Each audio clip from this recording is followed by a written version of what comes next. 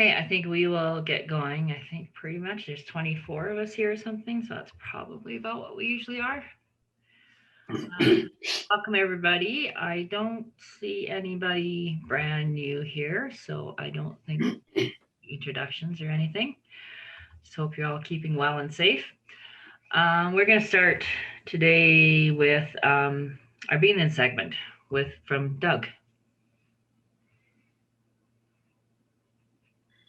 The screen share is disabled. It's not supposed to be, but I will do that.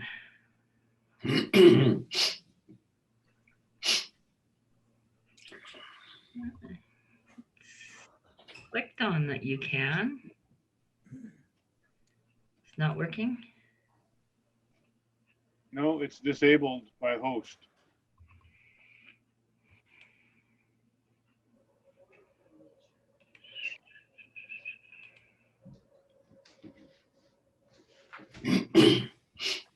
IO.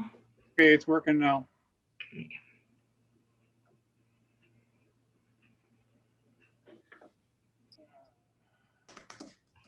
Hello. Maybe it's working. Yeah, finally. There we go.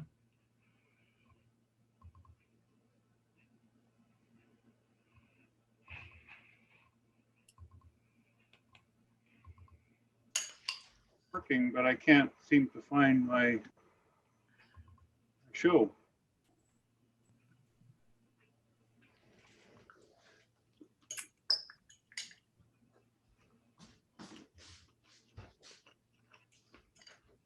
Not.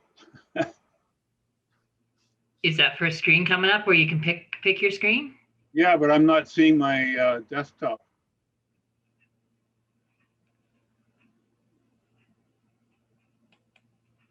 Just let me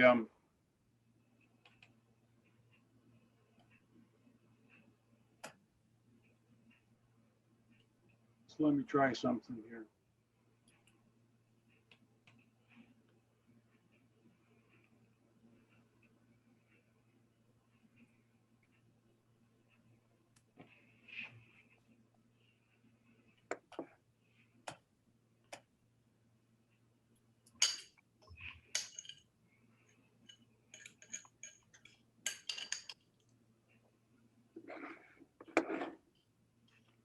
There it is.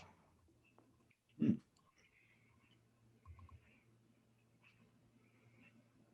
seeing it? Yeah. Okay. I don't think you turned the music on though.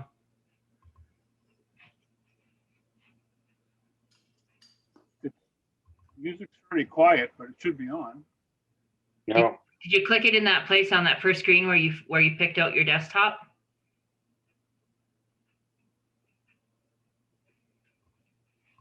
Sorry, I missed that. you have to escape out of this. Did you click on the thing when you pick your desktop where it said to share your computer's sound? X out of that again. On the screen, I think you have to go back out and then screen share again. And on that first screen where you pick your show or your desktop, there's a thing on the bottom left corner that says something about share your music. Computer audio as well as optimize video.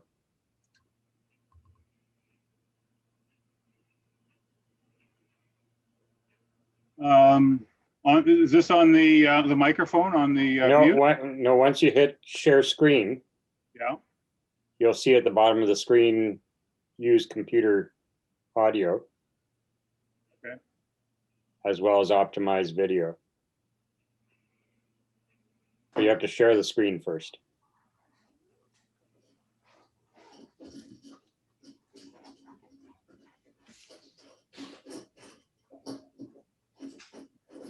Okay, the share sound is okay. The optimized video doesn't light up, but hopefully Okay. that'll work.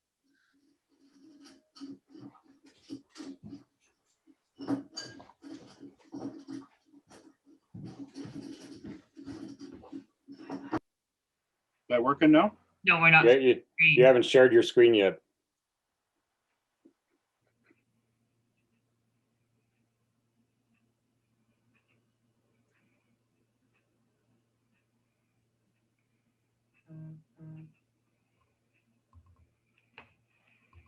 There we go.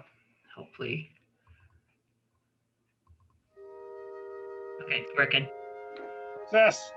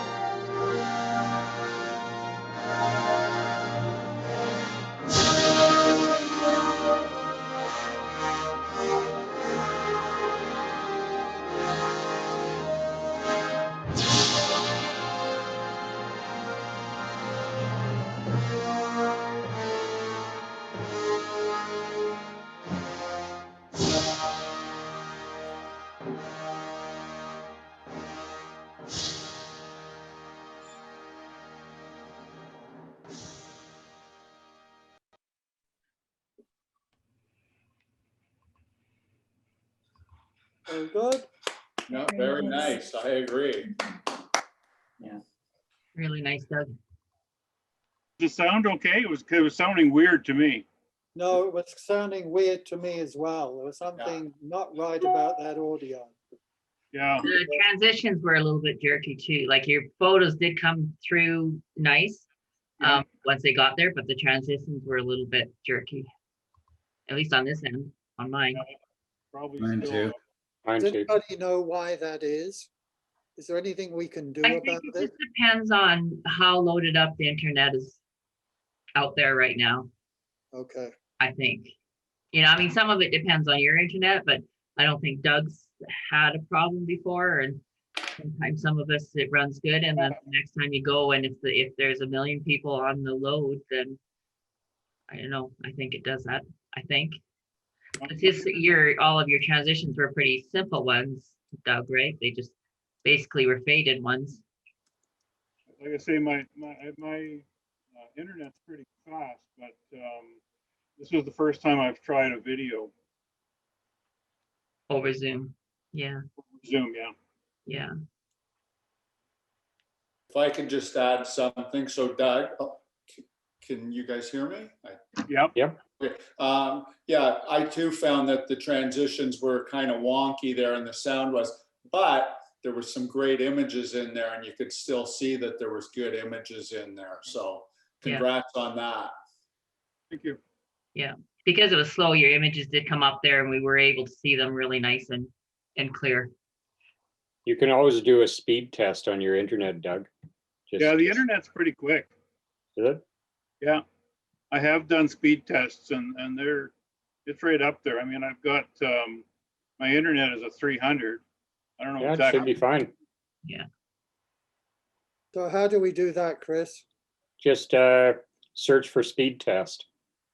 Okay. And there's an Ookla speed test and there's a Shaw speed test. And they just tell you how good your internet signal is. Does it just say good or do we? You know, need it to know says the number? 300 or And what is good? I mean, what's the number that we would conclude is good? probably anything over 150. Okay, thank you. But a lot of people have 300. Well, mine's a 300 service, but I don't very often get 300, but I certainly get more than 100. So. And if you're on Wi-Fi instead of a direct hardwired connection, it makes a huge difference as well too. You can drop down to half of your regular speed on Wi-Fi. So we should be hardwired, are you saying? It's better. Yeah, that's your best bet. Good. So why is mine, I'm with TELUS and it's only 25. I'm on Shaw and I got 630 right now. You win. Load or upload. Uploads, looking about 100. Yeah. Downloads 60. Wow. What you're Excellent. looking at. Mhm. Well, I had Shaw come over because I've been having some streaming issues, but I haven't replaced any of the equipment on my lines here in, I'll bet you 10 or 12 years. So they put in a new amplifier and a new Wi-Fi router, and it's picked up quite a bit. And Okay, I think we will move on if that's all right. And we're gonna do our ad segment right now. And Mike and I tested this out a little bit this afternoon, so he should be all ready to go. Okay, well, we're gonna get me to share my screen.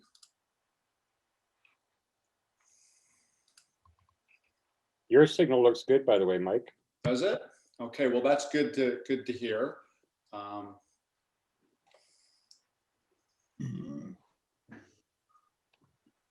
Okay, everybody can see some looks crazy a little blotchy there. bubble clouds. Got it. Okay, so just to start off, I'm just going to kind of walk you through just going to a location and then just trying to make some photographs from what's there. And the location's going to look familiar because we're going back to Waterton. I did these about 2 weeks ago. Drove down with a pair of snowshoes and went up to the Cameron Lake Road. Almost every image is going to be f8, in case you're wondering, 64 ISO. I always put my camera on exposure delay mode so that when I hit my shutter, it's a 2-second delay till it actually takes the picture, just to let my tripod settle down, trying to get the sharpest image that I can. So I was out, I put the snowshoes on and I just started walking around. I was gone for about 2 hours and 15 minutes, and I took 161 photos in that time. So I don't know how that would compare to other people's, but because I think that I originally started with film and it was very expensive, I still tend to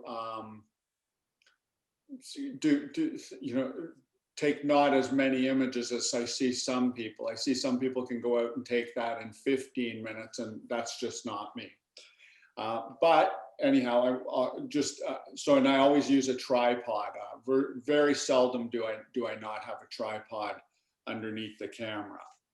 So I'm just going to move down to the first. So I just want to say one other thing, and that's that some of these images I would never show. Because they're just to show what was there, and that's why I've included them. So this is what I found when I started off on my snowshoes. Lots of the blackened tree trunks and some nice shadow lines. It was just a sunny day, no clouds in the sky at all. And I started out about 1:30 in the afternoon. In hindsight, I wish I had been down there for 11 o'clock, just because the light would have been nice for I think the whole time. So you can see it's pretty stark, and to me pretty jumbly and junky looking.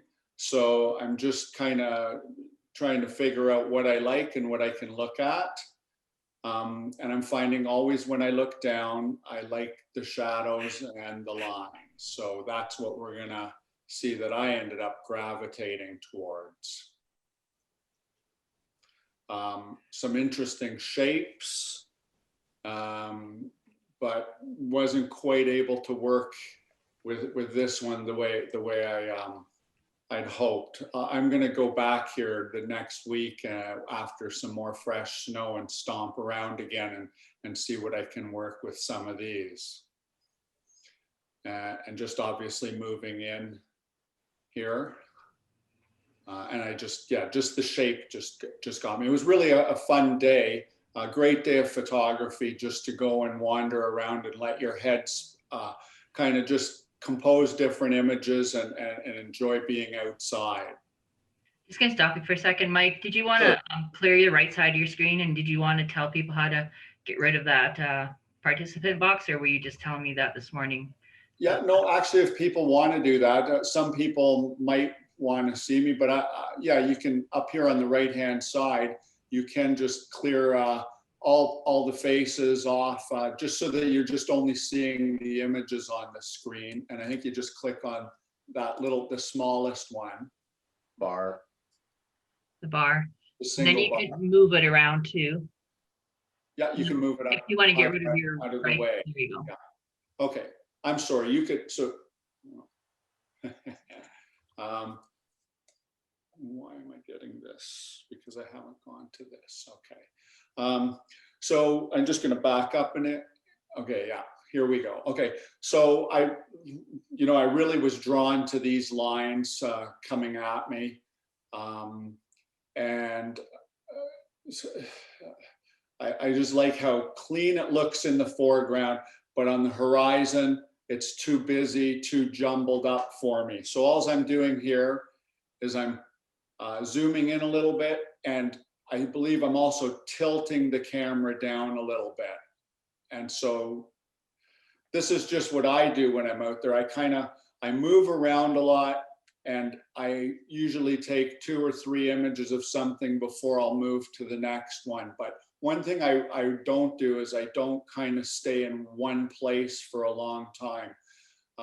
what was great about this was the sun actually moves fast enough that the shadows just keep moving on you. So as you're making a composition, you had to be careful that they didn't move to kind of take away from the composition. And then there was a few times where it definitely improved the composition. And then just now, this is as close in as I get for these.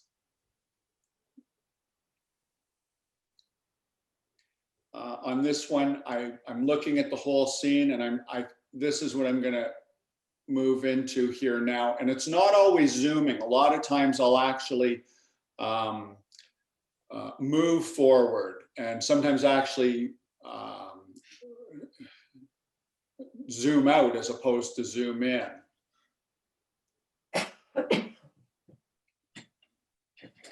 So that's just, I'll toggle back to the previous one. And to me, this is just a more interesting image because there's less going on. And I'm gonna now, I think the next one's gonna kind of just concentrate on this area here and take this tree out.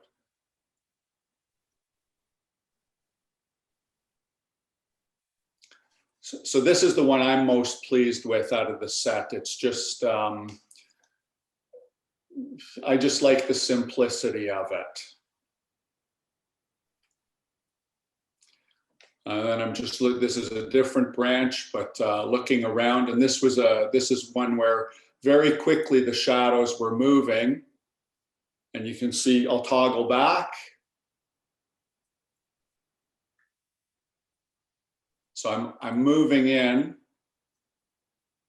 and I've got that wider sun being, or some, you know, the line of white for that single stick to stand out in, using the old rule of thirds.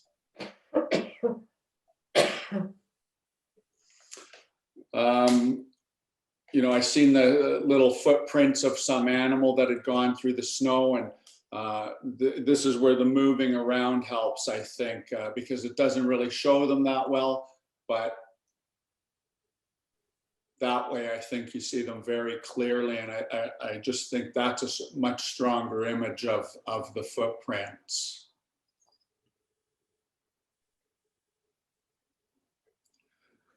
I really loved the contrast of the very, very black bark. And I keep seeing a couple of eyes here and two little arms of some kind of ogre in the snow who's saying, wow, what a great day. Isn't it great to be outside?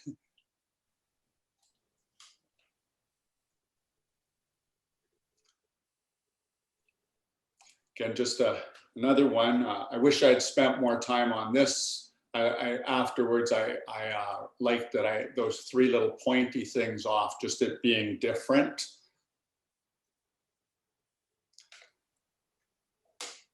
Now this one, you're going to see, I don't really care for that much. I actually find that the bottom here, I just don't like the way it's just cut off.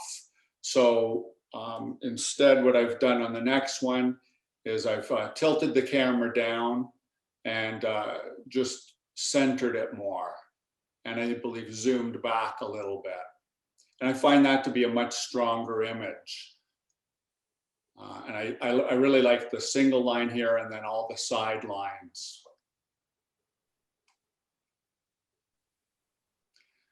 So on the other one that I said that I didn't like, that's two images ago, because this portion, oh, sorry, what's that? This portion up here was touching to the edge. And here I actually like that because it throws my eyes off and makes me wonder what's going on.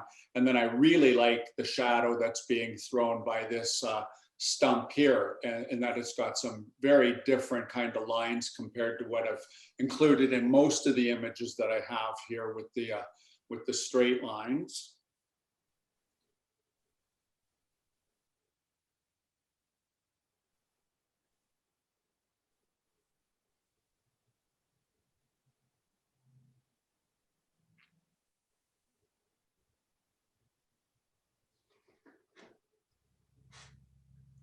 again, kind of using that rule of thirds and the triangles to kind of keep the eye inside the picture.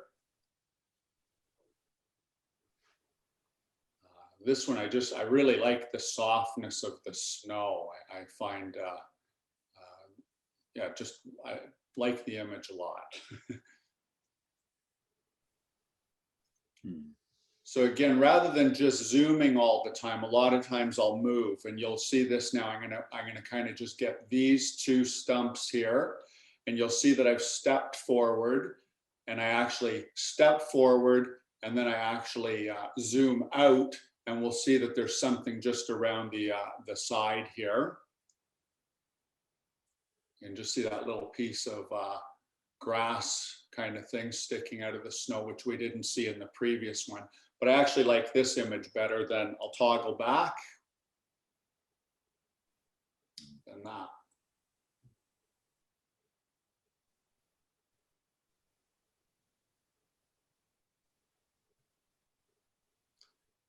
I find on this one, same thing, rather than doing this in Photoshop, I'm just doing it in the camera. And this is very bright here to me, this top one, and my eye seems to keep going up here. So in the next image, I've just tilted the camera down a little bit and zoomed in a little bit.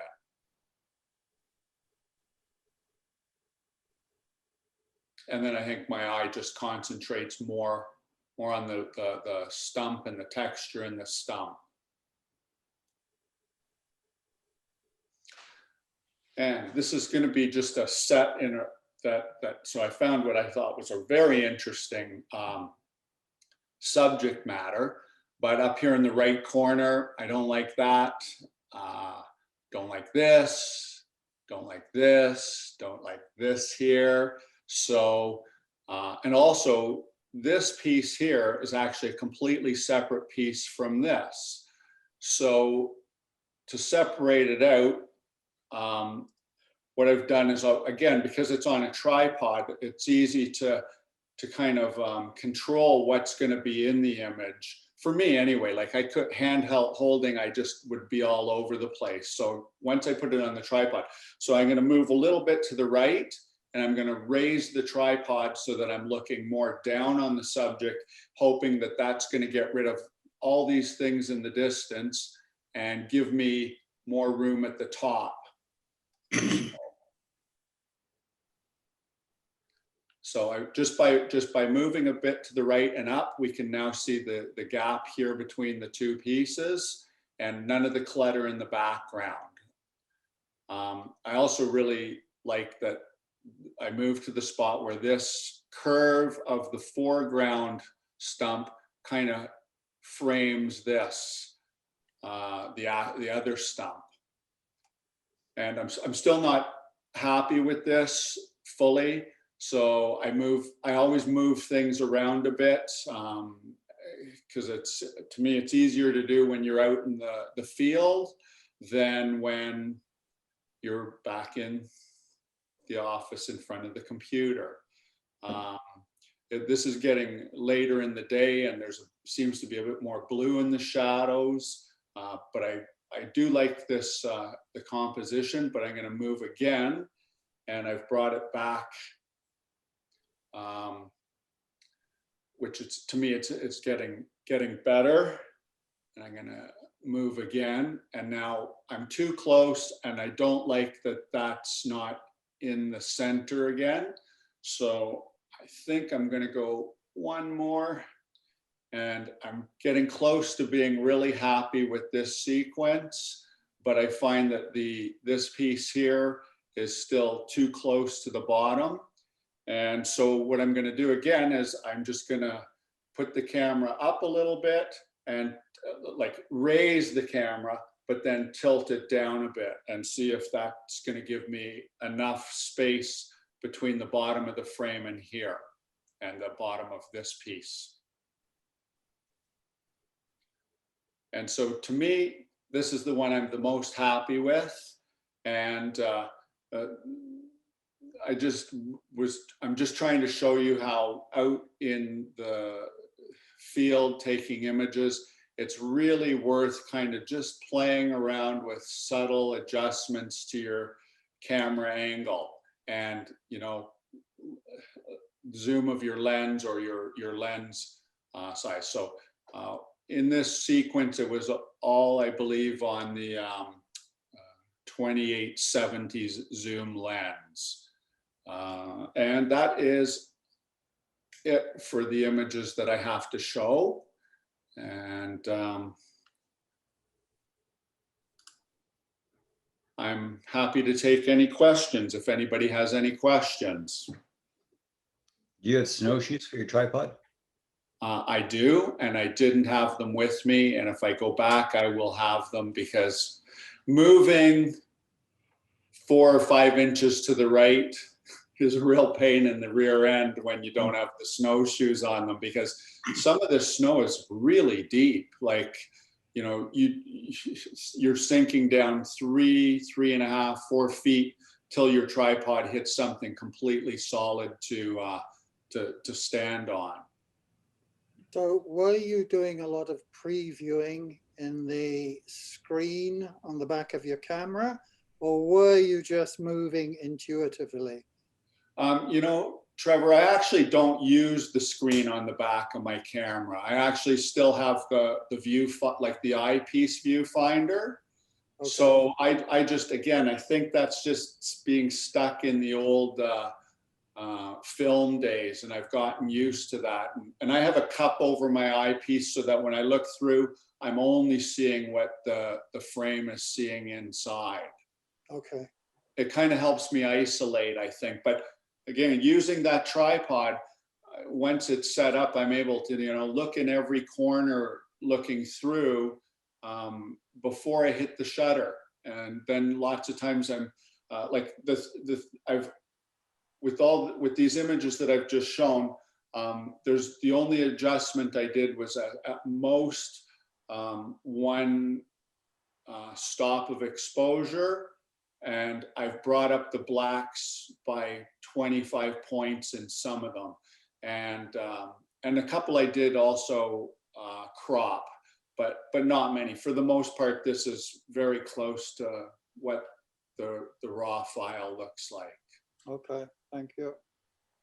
When you were watching the shadow shift, did you consider doing time lapse? I didn't, Ralph, but that's a great idea.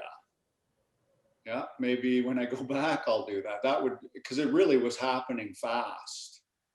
But that, yeah, that would be a good, that'd probably look fantastic. Do you think you took more pictures when you're out this time because you knew you were doing it for us than what you normally would have done? Like with some of these, you would have skipped because you would have seen what was in the corners there? Yes and no.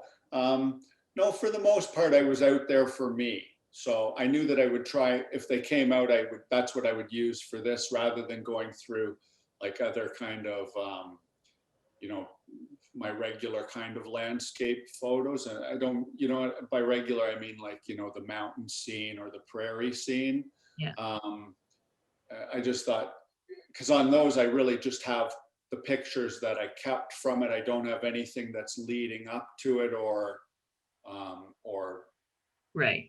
But when you were out there for these ones, like on the image where you said you didn't like the things that were in the corners and the little bits of stump that were out there and stuff, would you likely have taken that picture and then seen that you didn't like it? No, probably. Or you would have skipped taking that picture altogether? No, I would have probably skipped it altogether. Yeah, that's what I mean. Yeah, So you took more pictures because you knew you were doing it for us. True. And keeping some of the mishaps in there for us, right? Yes, that's true. Okay.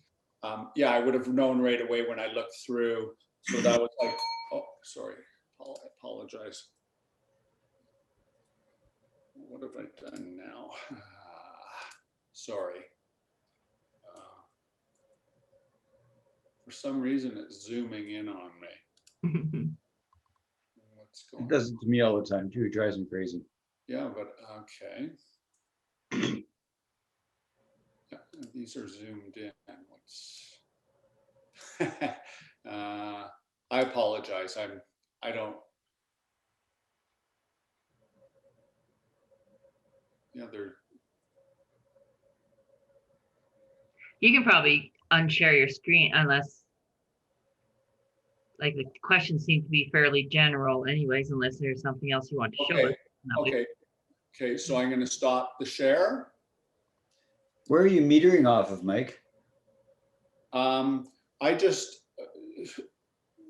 meter off of what the camera tells me to do, and that it was wrong. Obviously, I should have been actually adding in a stop at the time. But again, I don't find that the back of my camera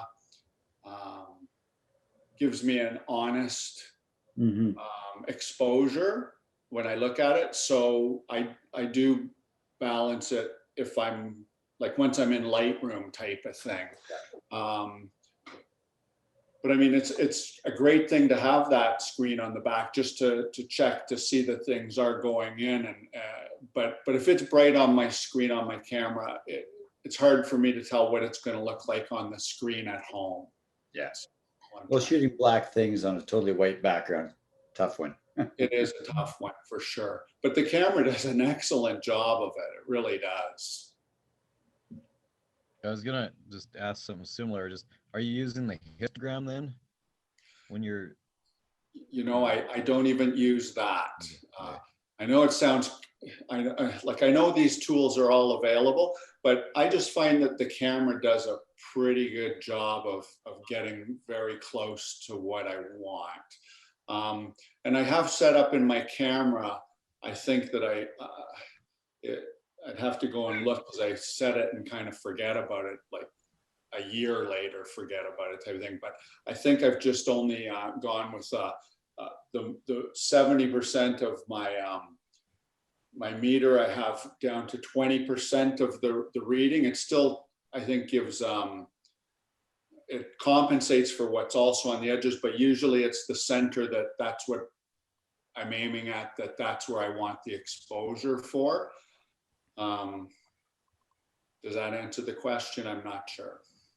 Yeah, no, I was just wondering because having your images just basically of black and white things, I find those hard to get the right exposure so that either you don't blow out some of the snow or else lose detail on the black also. So okay, it's a little tricky, but it seems like maybe if you just meter over the right area, the camera might do a good job of it. So.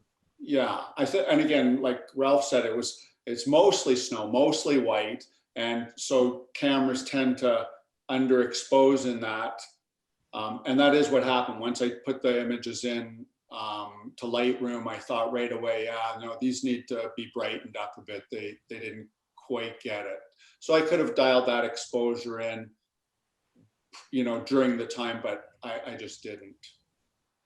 They're really nice images. Thank you. I find Waterton right now is gorgeous to take pictures of. Pardon? I find Waterton right now is just gorgeous to take pictures of. It was really a nice day down there. The snow was beautiful. It was just fun making those compositions, you know, just clomping around, and yeah, it was really good. So when I think the takeaway is that we should all stop and look a little harder at the compositions we're trying to make. Mm-hmm. Yeah, that's the takeaway. Yeah, and I guess too you have to go. You know, if you don't go down or you don't go somewhere for that, you can't get inspired by it. Like I kind of was humming and hawing, and again, because of COVID-19, kind of stick in the house way more than I've ever been in my whole life, and so it used to be that I would go to Waterton at the drop of a hat just to see what was going on, and now it feels more like a big deal, even though it's really not. And I found once I was down there that yeah, it was just great pointing the camera around and looking and seeing what was there. And there seemed to be a lot there. Again, enough to get me excited that I'm going to go back this week again sometime. Mike, do you normally, when you see something in your composition, would you go and alter the scene, like remove things or add or adjust just to make it a little better, or we just leave it natural? No, you know, again, because we had the ethical talk, to me, I was thinking about that, and I was thinking, okay, so you have a beautiful, fantastic image, and then an airplane comes and puts a contrail through the sky. I don't see why we can't remove the contrail. It's, you know, it's just not something that's naturally there. So I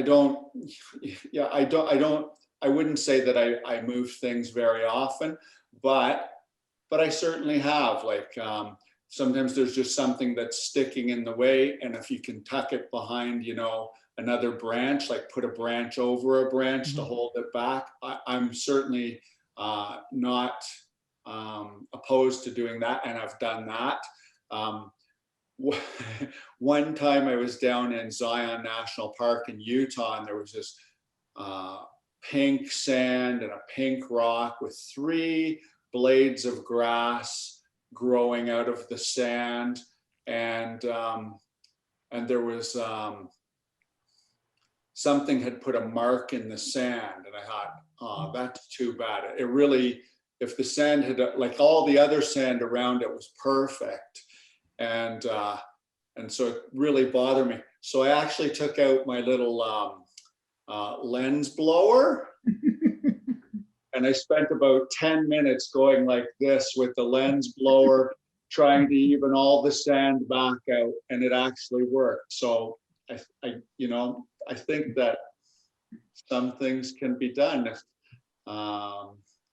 It's good. I think it's really important to get as good an image as you can get, but you shouldn't cut down trees or something, you know? So for the most part, I kind of go with trying to find what's there, I go with. Yeah. You can easily clean up images in Photoshop after as well. So you can. One of the ones you're showing, the little pieces that you want to get rid of. It's better to do it in Photoshop than trying to walk around trying to do it, because you got nice snow there. You don't want footprints in it. No, that's true. That's with sand and snow. You got to remember that. And I do take that into account. If I see something over in another area, I walk around for quite a ways in order to come back at it from a different angle, because again, like George says, once you've put in a snowshoe trail, it's there. And same with sand if you're somewhere where there's dunes. My ethic says you can clean up images, little distractions in the frame in post and stuff. So your images were great, Mike. Okay. Your process was great. You got, and this is not a negative, but you have like 1 or 2 really strong images there. Thank you. And you showed us the process on how to get there, and I think that's the good takeaway message you've given us. Okay, good. Well, that's kind of what I was trying to show, was just how I kind of walk around and think, and sometimes we'll zero in on something specific and then really kind of work it from, and subtle changes, like just a few inches to the right or the left, or zoom in a little tiny bit, like from, I was looking at one of them there, and it was like going from being, 40 millimeters to 38 millimeters. And it really, to me, made a big difference. So, yeah, so play with it. Yeah, I think, well, people should, if they don't remember what you said, they should remember that you moved your camera to get that one post with the curvature to frame the other one. And that's an incredible, useful technique for us to hear. Yeah, good. Awesome. Getting back to your sand and the snow concept, there's snow in the Sahara this week, as well as Namibia got like a foot of rain, and they got rivers flowing where they haven't seen rivers in 40 years. Wow. It's really cool. There's lots of images around. It looks pretty cool. Okay. that Namibia then will have an incredible flower display. Oh yeah, there's some good ones. Yeah, well, remember when we had Freeman Patterson here? He had a book on that. Yeah. And he had said he had somebody who was there. He knew somebody who he stayed with there, who phoned him and said, unbelievable flower show starting. And 3 days later, he was there. That would be nice to be able to do. Mike, I'd like to thank you. I really enjoyed that. I love black and white, so it's very good. So June, those were all color. Were they? Well, that's All color. interesting. Yeah, but, I would do exactly that same thing. I was going to call it black and white and color. Yeah. But that's the stark contrast. Exactly. That's just Exactly. amazing down there is just those. And I mean, we've only been allowed up to Cameron Lake this year. I can only imagine the year after it would have only been black tree trunks there. You know, a lot of bark's coming off already, and but it was really fun to be down there, and it's going to be for the rest of the winter too. Oh, I want to go there. I went into Wall Lake last weekend because you can do that now. And it's actually hard to find the trail because there was no path through the trees because they're all burnt. So sticks everywhere. Okay. Was there a trail though at part of the way, Ralph? Yeah, I felt there's one guy who'd snowshoed in, just kept following his tracks. And they basically, plus I knew where it was, sort of. Okay. So you could see the rock wall and on the left, and there it was. So yeah, it's nice. And were you on snowshoes? Yeah, we snowshoed in. Okay. Yeah. Yeah. It's really, we haven't done that yet, but we will, I'm sure. Yeah. So Mike, when you converted it to color or to black and white, what program did you use then? Well, June, I didn't convert anything to black and white. Those are the color images. You did that in your camera? No, they're color images. Oh, really? Yeah. You I can see see the what you're blue in the saying. snow, June. Pardon? If they weren't color, if they were black and white, the snow wouldn't have had that. It just had a little tiny, like especially when Mike said later on in the time, and the tint turned a little bit more blue. You could see the color in the snow. I did, yes. Yeah. So it was just yeah, it's just color. Ah, beautiful. Yeah, thanks. Okay, I think we're going to move on. I'm just going to show you guys a little tiny bit of the guy that we're having on February 4th. So that's not on a regular meeting, so you'll have to log in. I'll be sending you the link or whatever. I'll just show you a tiny bit of a clip that he sent me. I won't show it all, but just to give you an idea of what he is talking about and who he is and stuff. I guess I don't have to share my screen. You guys can all see that, right? I see you. F8B there thing, bucket list adventure. Nope. Can't see anything. Oh, I guess I do have to share my screen then, I guess. Okay, hang on. Thinking I didn't have to. Hang on. Share sound.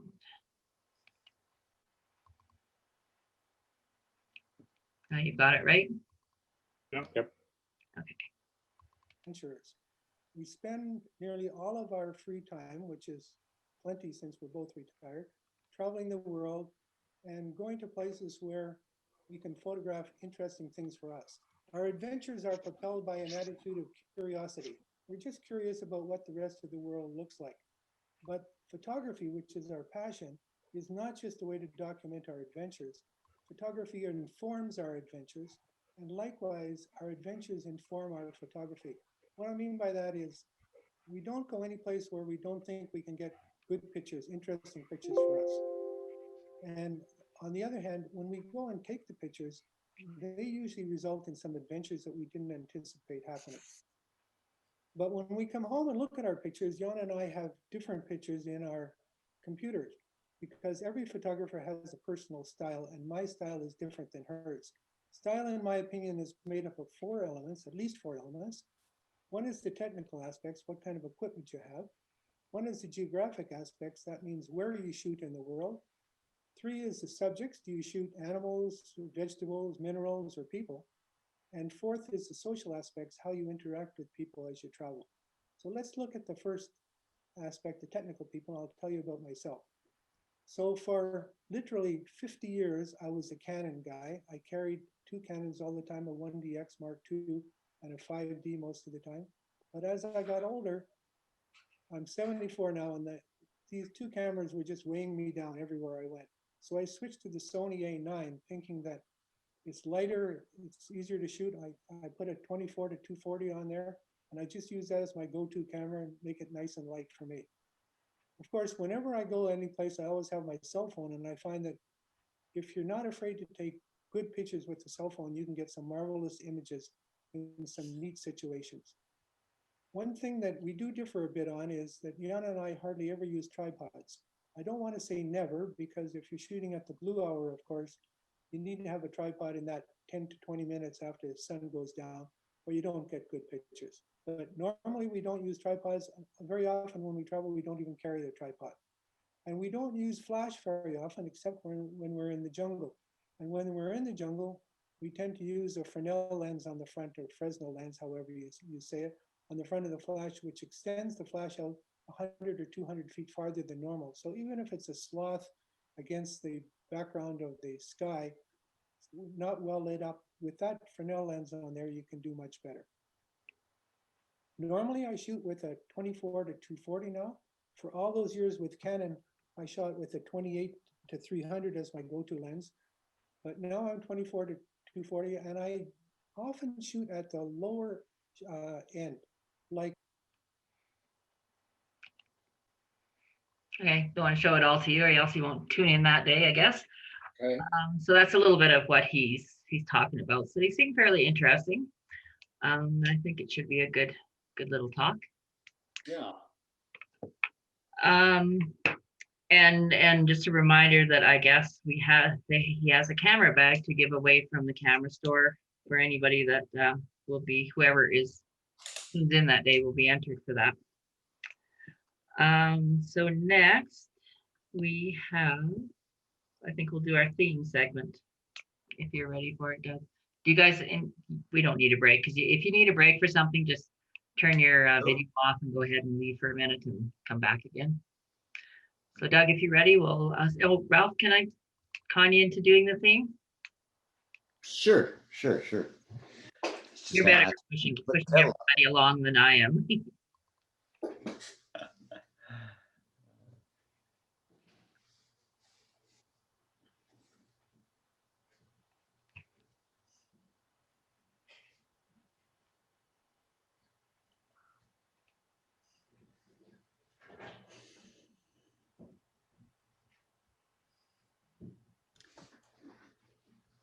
Well, the theme is classic, and I think this is a classic image we all cannot get right now, because it looks like Hawaii, and heck, the new rules out of the States are must have a COVID test and 2-week quarantine on the other end. So you could go to your resort in Hawaii for 2 weeks, then just leave without leaving your room. So anyway, somebody did a great job. Nice, amazingly straight horizon. Love the exposure. Great detail on the waves. And, shooting the sun, that's a tough project to do. And they did very well with it. I love the 2 boats on the horizon, very nice.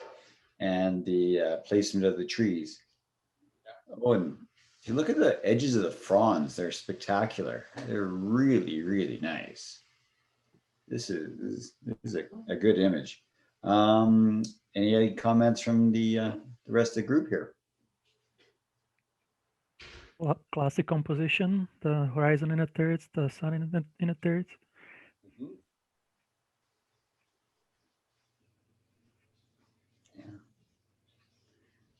The choice of silhouettes for all it's interesting, because if this was a full light kind of day, it'd look very cluttered down the bottom and be very distracting. But because the chairs and the people down there are really blending into the bottom waves, you really almost don't even notice them, but they kind of add to it. They kind of anchor the bottom of the image.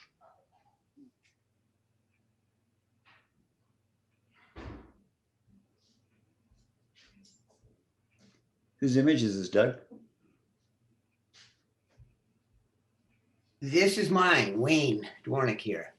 Ah, Yeah, and I just considered it a classic tropical sunset. This was in Puerto Vallarta, mm, and they do have some wonderful sunsets there.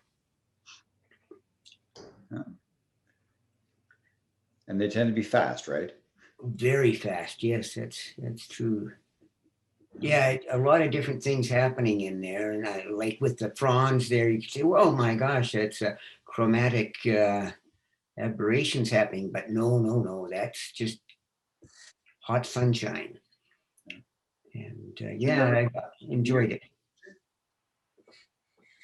Do you remember where you took your metering for this picture, or did you just go with what it had? Boy, this was a few years back. Generally on sunsets, and I always tend to shoot these sunsets when we're down there. And I'll take the metering off to the side, and then I'll do some bracketing and just keep it at the same exposure, and it'll, I'll let what happened with the sun, let it happen and fade out. Well done. So, I'll generally just take that sunshine out of there and then do a couple of test shots and bracket, and then watch it go down very quick. Well done. Thank you. Next image, Doug. I'm trying. Not changing. Oh, we're enjoying the sunset. Don't worry. Not changing image. Do you have Mike's computer? I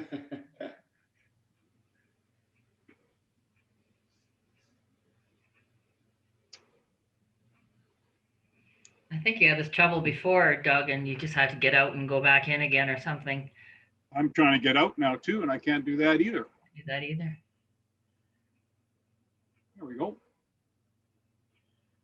You'll have to change your internet server. Hmm.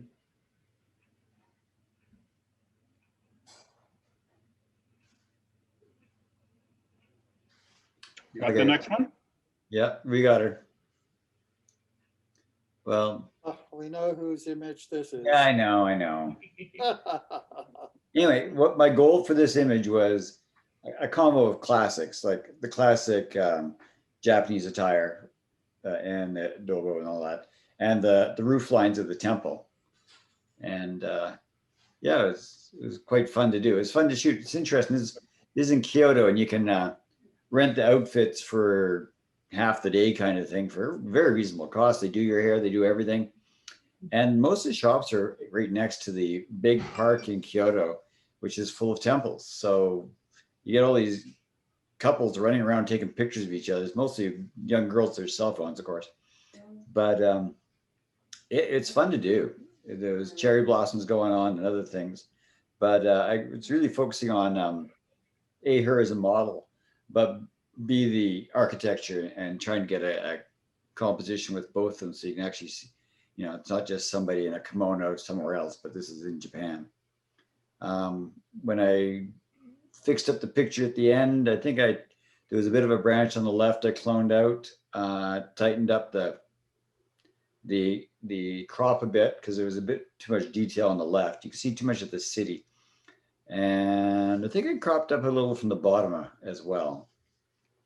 Other than that, I don't recall doing much else to the image. I mean, it's tough with the white sky. It was it was kind of an overcast day actually. So it made the sky kind of white, but nice soft light on her, which was a good thing as well. So yeah. Comments? I'd have preferred to have this knob in the front, not there. A lot of cloning. Well, difficult to do, but otherwise I think it's a nice image, but apart from that knob right in the front. Why did you do that, Ralph? It's part of the architecture there. As Mike said. Well, actually, I have several of her doing all kinds of stuff there, including leaning on it, killing herself laughing, which I was tempted to put in. But to me, it was just part of the architecture. So that's Yeah, why. it adds to the architecture and the story. I don't think it distracts really. I like it there. I see Trevor's point though. Now that he's pointed out it, I keep looking at it a lot. Yeah, see, If there was some distance between, like, some space between that and the girl's dress, or Mhm. that would, I mean, they're merging together, and it's a little distracting. So I think it's fine if it's there, but if you could have moved a little bit and just separate the two from each other, it would have been it might have looked it would have looked different anyways. Or if her hand was on it. Yeah, Yeah. I have some with your hand on it. hand on it. Yeah, that would do it. Yeah. Okay, I'll resubmit. Yeah, now send her back there. Okay.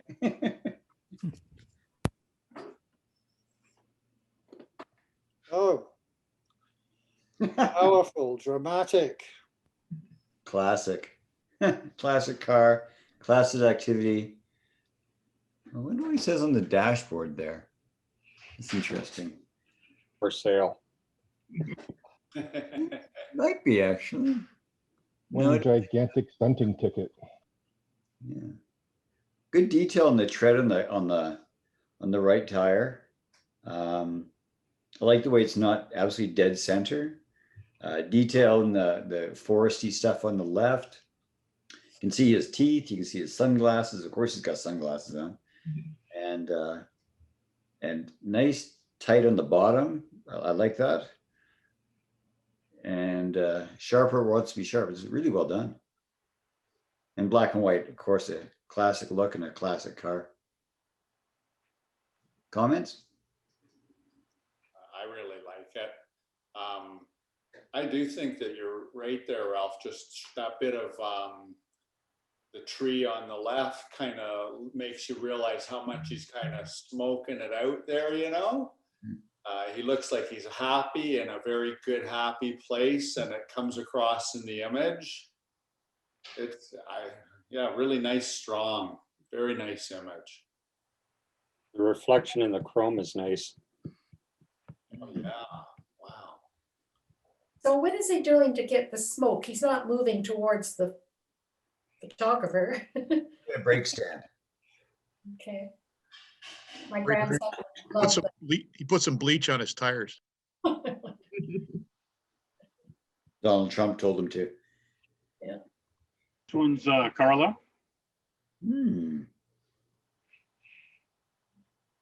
Carly here today?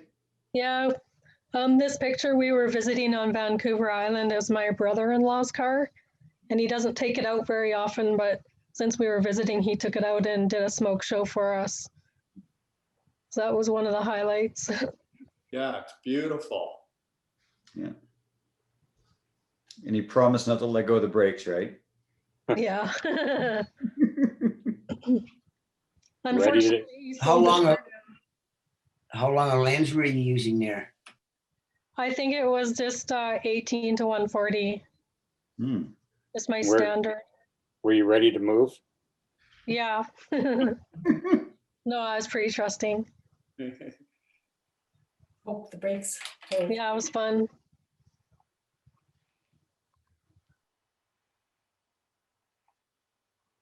Oh. That classics. Yes. Frontage, you know. I'm just reading them all right now. Oh, War of the Worlds. Okay. Interesting. Interesting. No, I wonder if this is somebody's personal collection. This is cool. I like the way they've chosen to put the stack with the oldest one on the right, kind of as a bookend. Bookend, yeah. And choice of the gray back. I'm not sure if I'm thrilled with the choice of the gray background, but that's the photographer's choice. It's very flat, which is the goal, I believe. and very sharp, and it's classic perfectly because they are all classics. What is the top one? Walter Scott. Oh, Ivanhoe. Cool. Any comments?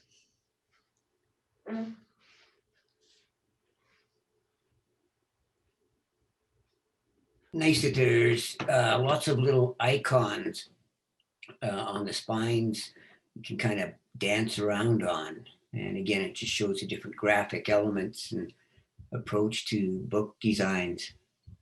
Mhm. And I think a very original interpretation of the theme. I mean, a creative interpretation of the theme. Mhm. Well executed. Well, the color really draws your eye right to it. Especially to Jane Eyre. What color?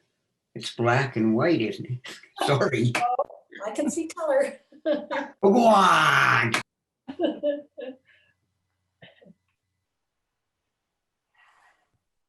I think it would be interesting also rotated 90 degrees.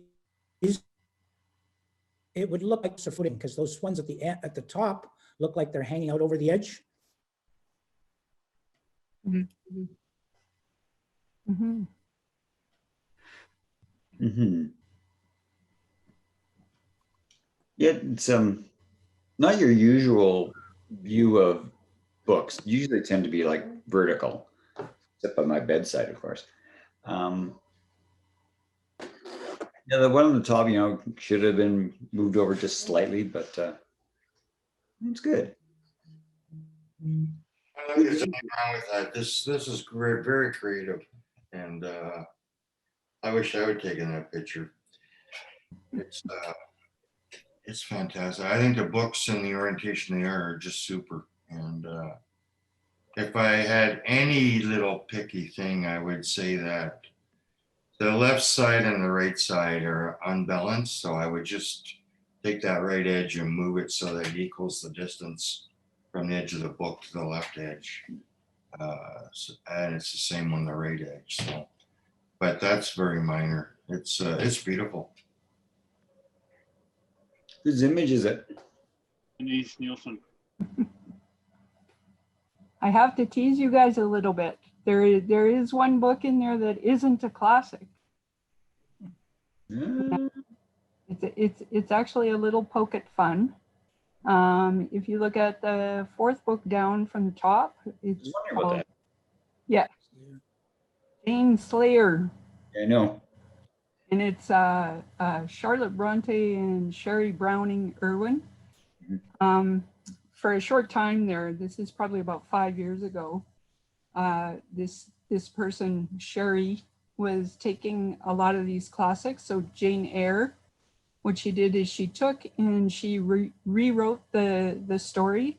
So the storyline follows Jane Eyre pretty much all the way through. But in her book, Jane Slayer, Jane is actually a vampire slayer. So it's just kind of a little twist on that too. So, but thanks for all the comments. Those are nice comments. Well done. Yeah, Pride, Prejudice, and Zombies. Yeah, that's true too. Yeah.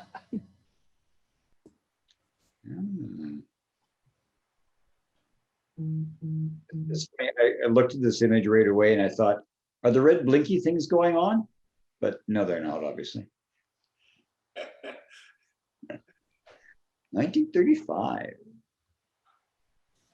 That is very well composed. I like the tight left side and then allowing space on the right where, I'm not sure what that is.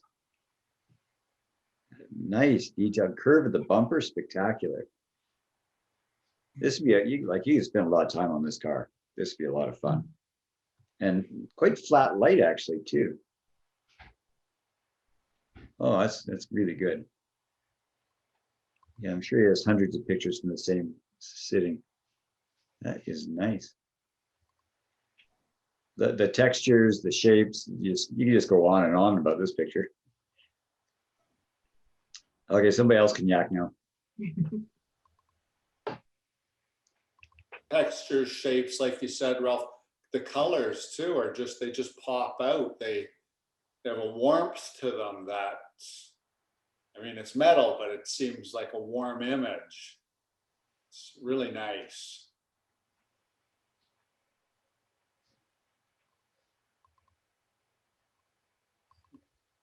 You can't find your eyes stopping. It's just roaming and roaming and roaming as you look for more and more details. I love the really punchy reds on there. They just really, just like you said, pop right out. And the license plate, my God, you just spend all day on the license plate.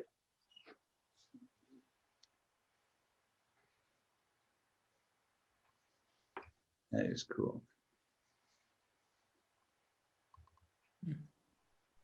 Okay, whose is it? This one's mine, actually. Oh, nice. It was taken almost a year ago when we went to the Fort McLeod field trip. It was parked on the street out in front of the antique store that we were in. A lot of distractions in the background because it was on the street. There was other cars parked, there were other buildings and so forth. Later this summer and fall, when I was starting to play a lot more with Photoshop and trying to get more familiar with it, I decided to try to do something with the background and get rid of it. And really, a reason for putting it in here was to try to get some comments on that background. And essentially what I did is I took the asphalt that's underneath the bumper, and I just continued to copy that throughout the rest of it, and then tried to do some blending.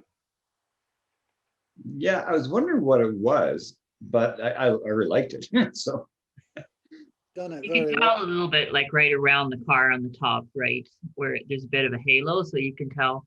I was pretty sure that top part was, and whereas you don't have the halo at all near the bottom, so I was pretty sure you took some kind of distraction out over there. It's really hard doing something like the light gravel like that and getting it to look natural. So it's good. I think it looks great. Yeah. I think it actually really adds obvious to the image. I don't know what was there before, but the way it kind of, when I'm looking at the top, it almost looks like it's kind of somehow a sky up there. And then of course, under the bumper to me looks like gravel. So I think your blend is really nice. I can see what Laura Lee's seeing on that fender now, that halo. Yeah. But I don't find that distracting at all. I think you did a great job. Yeah. I don't find it distracting. And what you've done is to accentuate the wonderful image of the front of the car.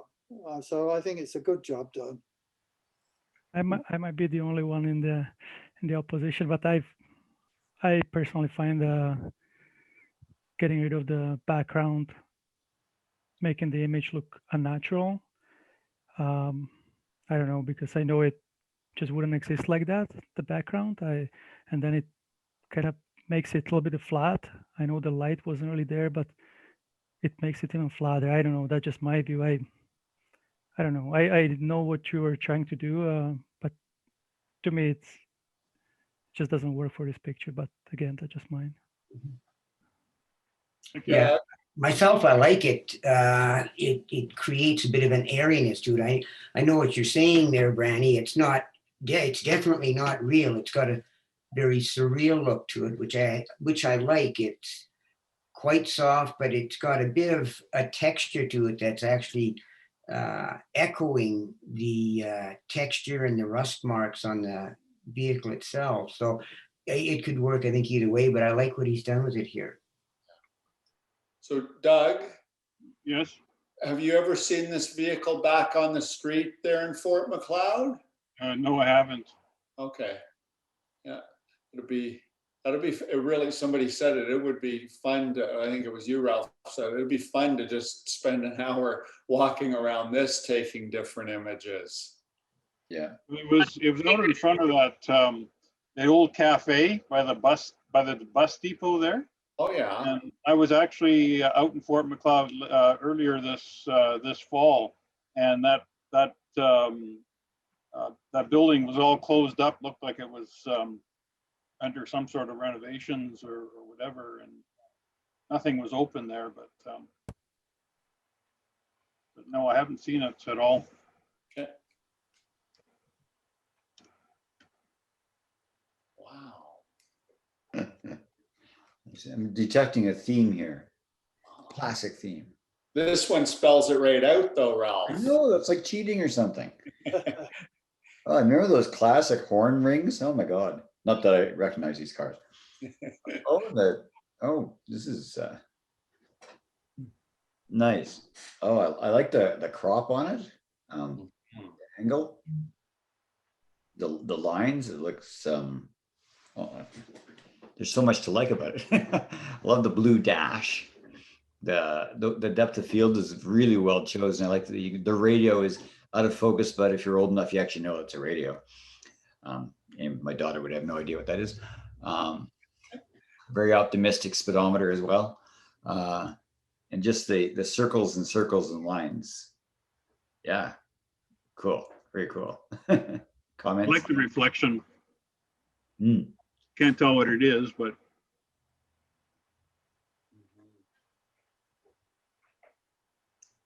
Yeah. It's beautiful. It is. What is that one?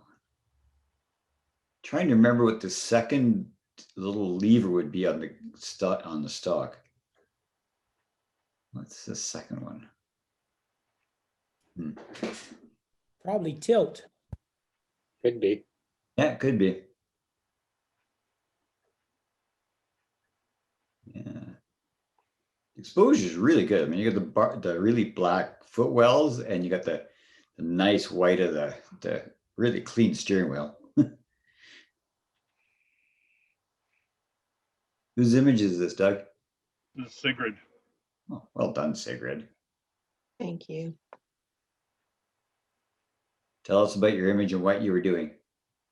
I think this is from the first year that I joined the club, and Coaldale had its little shine-in show, and so I was all excited about taking pictures of anything. So I went and I checked out the cars in the school yard there. So I think the reflection are just more cars.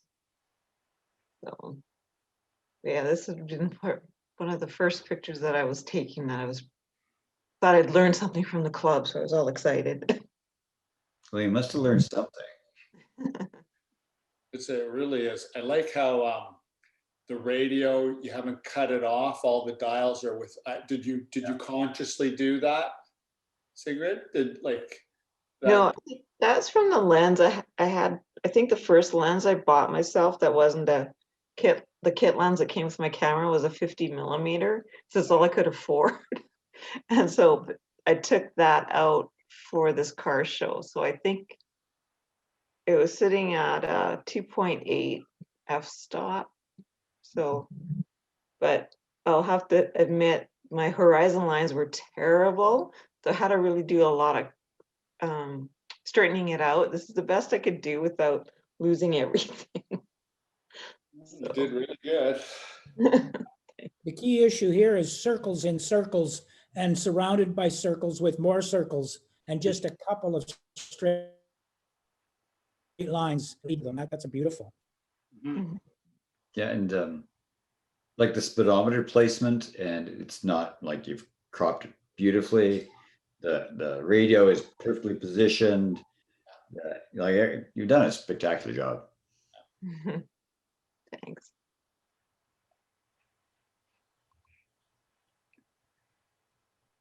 We're back to the beach. Oh my God. Is that your car, Trevor? More classic photos. Oh, geez. Okay, we got possibly Hawaii classic vehicle at the beach. So I'm trying to. I'm not sure it's not soft. It's something else. No, Old. not soft at all, but Yeah, I'm not sure what did. pops right out at you. No. I'm just looking at the texture on like the passenger side headlight. Like, but anyway, placement of trees perfect, horizon great. Like you got the horizon going just above the The bushes there, classic car, looking good. And tough to photograph in the bright sun as usual. And nice and shiny. They probably polished it before the day. And it's a windy day as well. So, yeah. Other comments? It is good feel to it. You know, the wind gives it a good feel. I like where the subject is placed, and it's kind of below the horizon, so it doesn't cut through it. And you're right with the soft feel. I don't know if it was the clarity, and what I also like the shadows lifted up a little bit, and there's a little bit of blue in the shadows. I like that. Mm-hmm.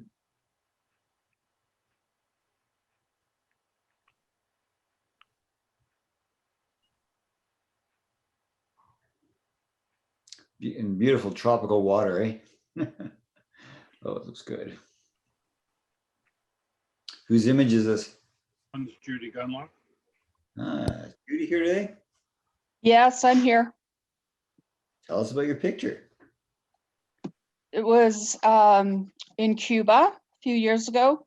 And yeah, lots of those classic cars there, of course. And you can see how the trunk is open. The people had like speakers blasting music out of there.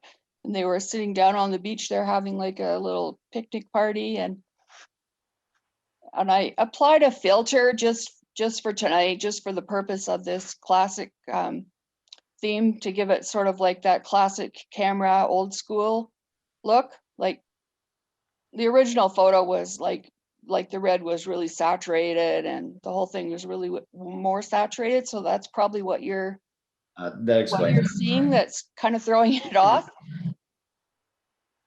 No, I Old don't think school it's throwing it off. It's throwing it on. It's making it look more classic. And I think you did the right thing. It was just kind of a fun thing I decided to do for tonight, actually. But anyway, yeah. It has a feel of a 1950s postcard. Yeah, that's a good description. Yeah. So like a fun one. Well done. Yeah, thanks.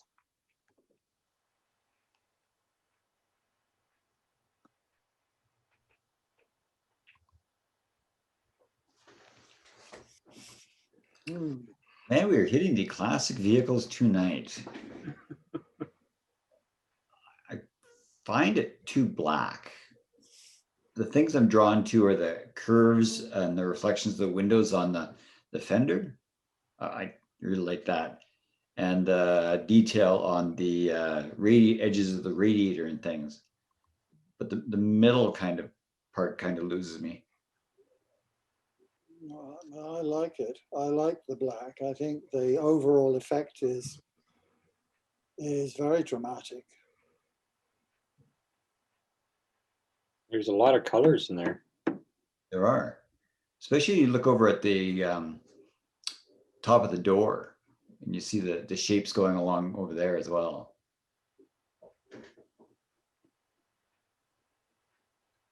A lot of mystery there. You want to see more. Mm-hmm.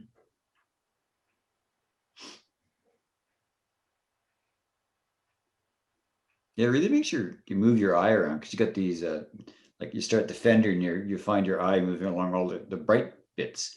So you end up over the radiator and around and about. It's a very intriguing image. I wonder if it was taken at the Reynolds auto place over there.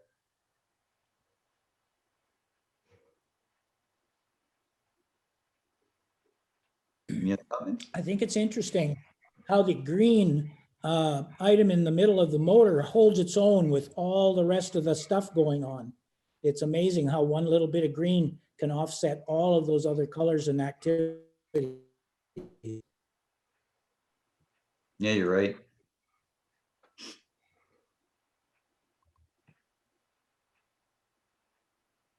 Whose image is this? Chris Cook. I don't suppose Chris made it, right? Yeah. I think Chris needs to get himself some Wi-Fi. Yeah. So, no, it's an interesting image.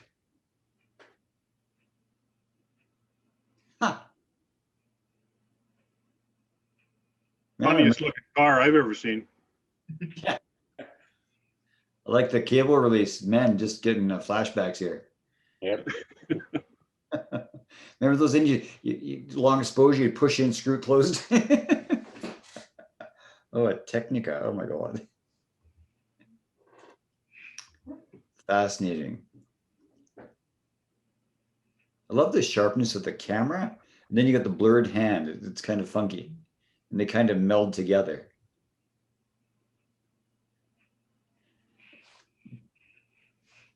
No, I love that you also see all the leaf shutter going on in there. The background, I'm not sold on the background, but it is what it is. Other comments? I like the playfulness of the image. I mean, the whole shutter release is to make for a sharp still image, but that's the part that's all blurry. I think that's Yeah. a play on that. Yeah.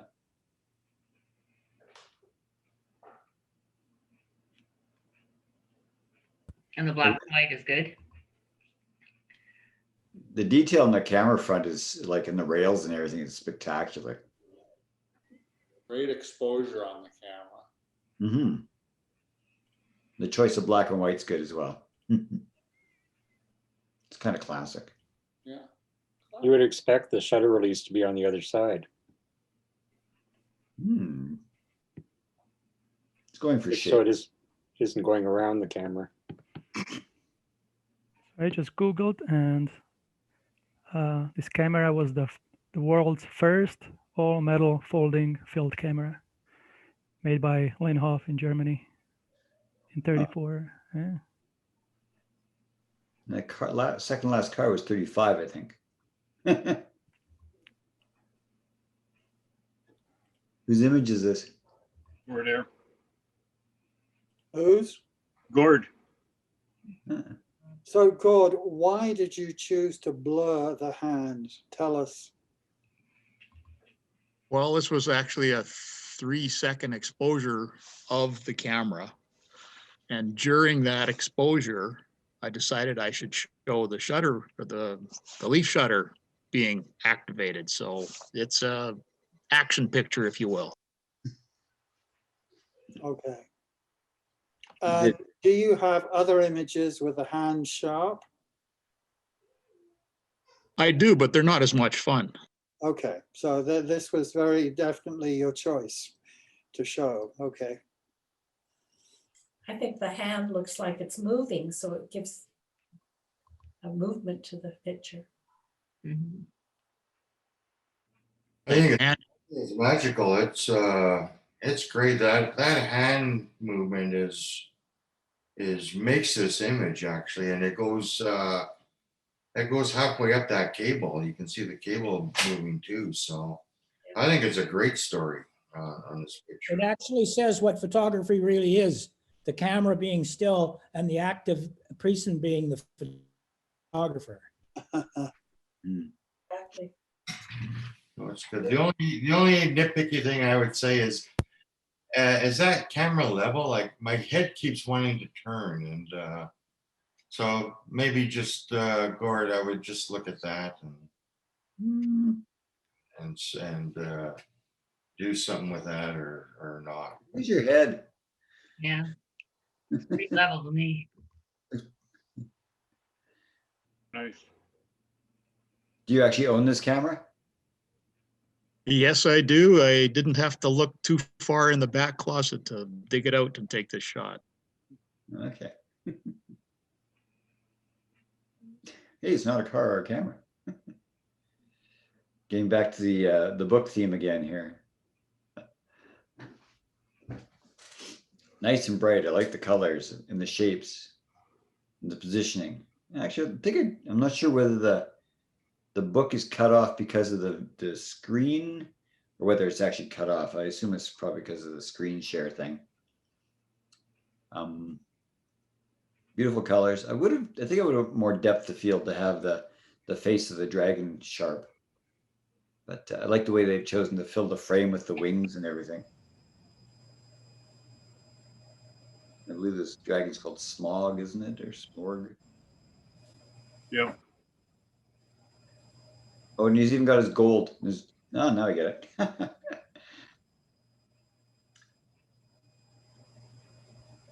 Other comments?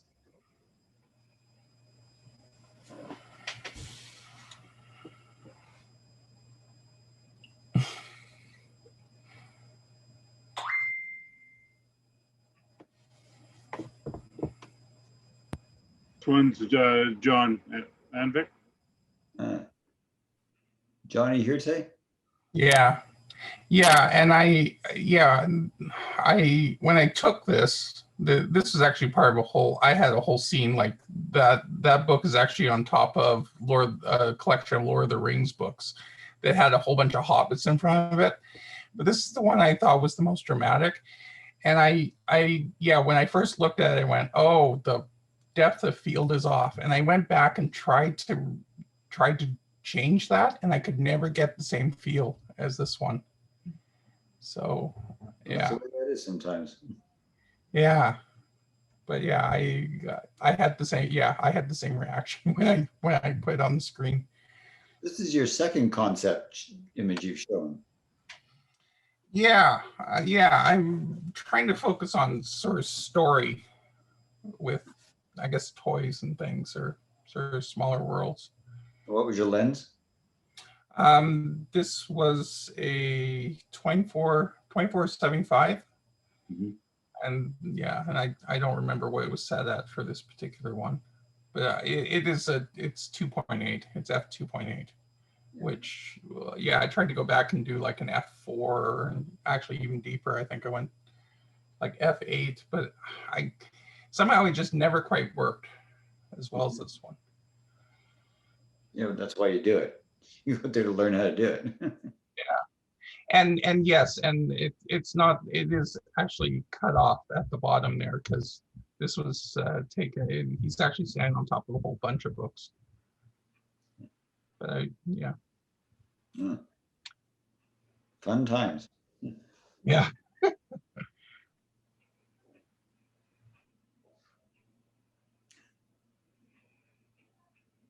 Back in Havana, possibly. Now there's a row of classic cars for you. Like the guy's pants. Classic cars, classic buildings. Or does say Cuba right on there? Yeah. One comment I have is the shadow of the photographer being dead center. But that's the way that is. Nice exposure, a nice placement of area, like the guy casually standing there. Yeah, it's fun. It looks like you'd actually spend a lot of time taking pictures here. Comments?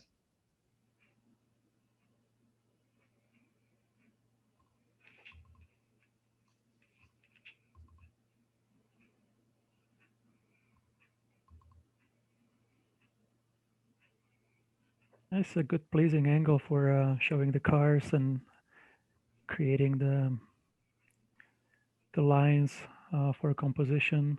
Yeah, it's pretty good, strong composition. Certainly not shy with their paint jobs either, are they? You probably get to accents if you have a nice bright car. Trying to decide if that's a retread on the front tire there. Looks like it might be. They can't get car parts, but they can get lots of colors for paint. Yeah. Well, they can probably make their own. They make their own car parts. Yeah, I know they do. Whose is this? Trevor's. Hey, Trevor, nice pick. Tell us about it.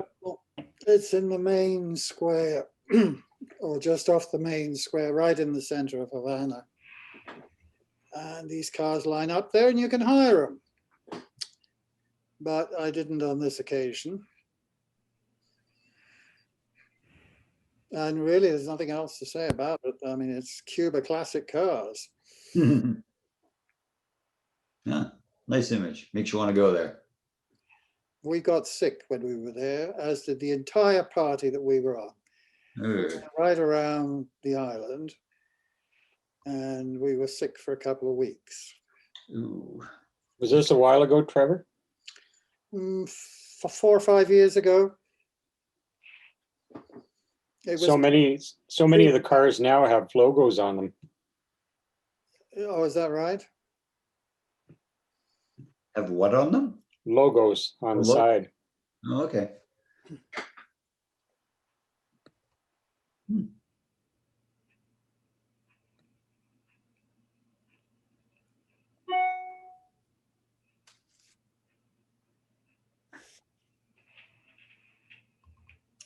Interesting. Like you'd say this is a classic winter day until we look outside right now. This is not what we got this year. I think that's snow.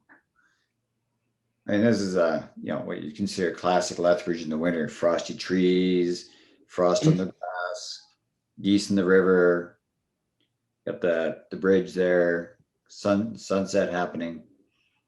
Looking good. Or is that is to the west, so it should be sunset. Sunrise. Yeah, I think Oh, so. yep, you're right. Sunrise.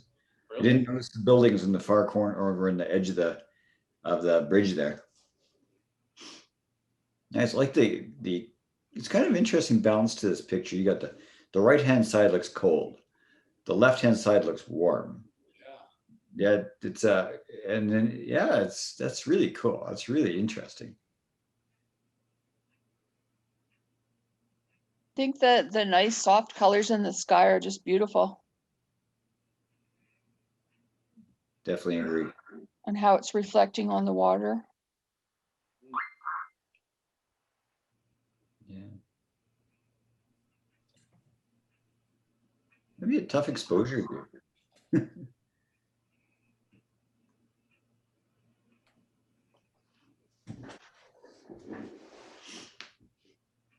Nice composition. I mean, you have the tree slightly touching the right edge, but whatever. And yeah, it's good composition. But I think the thing that I like the most is the cold to warm as you transition across the image. That really draws me in. I think that's maybe that little bit of a negative vignette kind of brings it to the little bit of colder side on the right. Mm-hmm.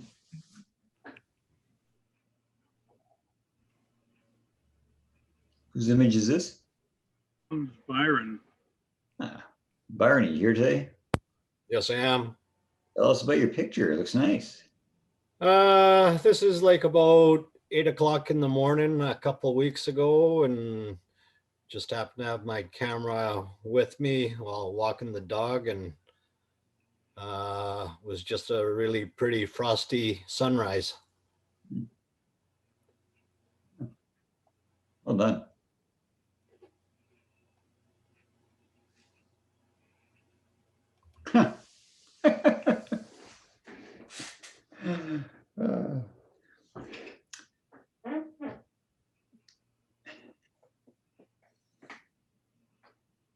That is interesting. It's really well exposed. What I find classy is he looks so cheap. Good exposure, great form. Like the way it's framed. Great expression. Even got a bit of a catch light in the left eye, perhaps. Mm-hmm. Yeah. Just Donna's. And yeah, this is like right up there taking pictures and well done. It's very dramatic. You really, yeah, it just shows what he does. He's looking a little old. Think he's not 18, Ralph. You suspect? Yeah, very powerful, dramatic image. Very well done. It is. Yeah. Even the teeth are sharp, or his dentures. Not sure which. Is this Donna's? No, it's Chris. Oh.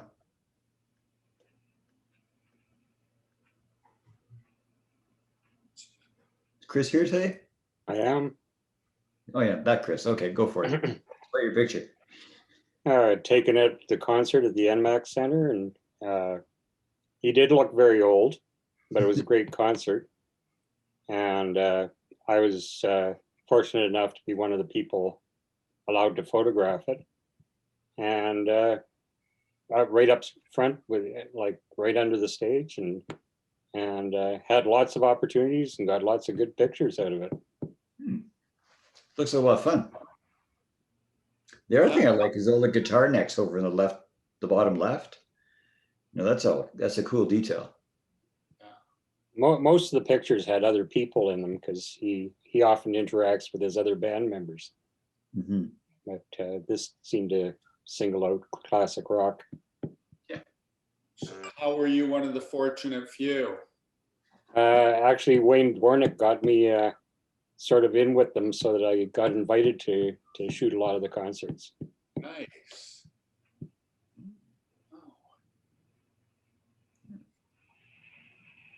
How did you find handling the light?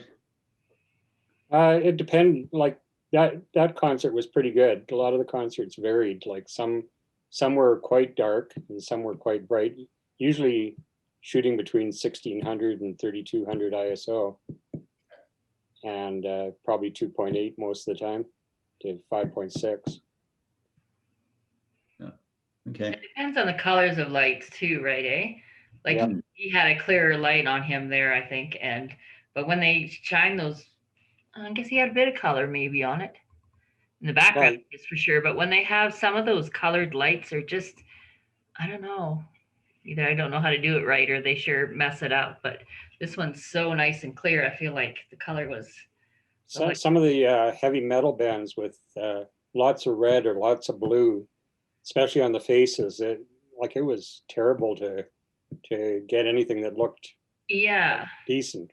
Yeah. But when they have nice white light on the face, they Yeah. all look good usually. Yeah, that's what I was trying to say. Like I did a band called Anthrax and Slayer, and the pictures were just horrible to try to process. Yeah. Yeah, where do you start, eh? Yeah. You have your earplugs in? No.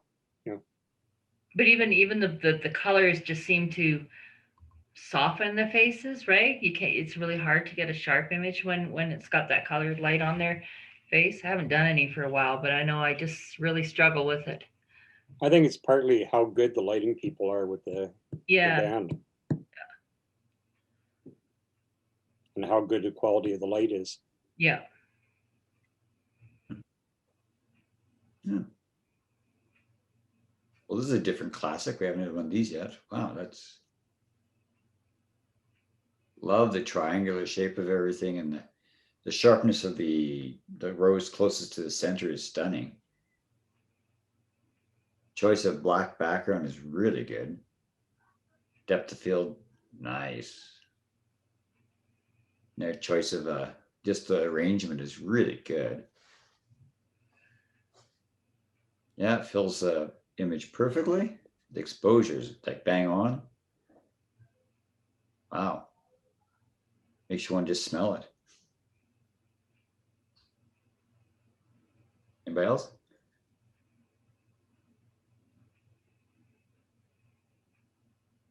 I think you hit on everything there, Ralph. It's Sorry. a beautiful image. I find myself drawn to that green guy sticking up off the top left. I really like him.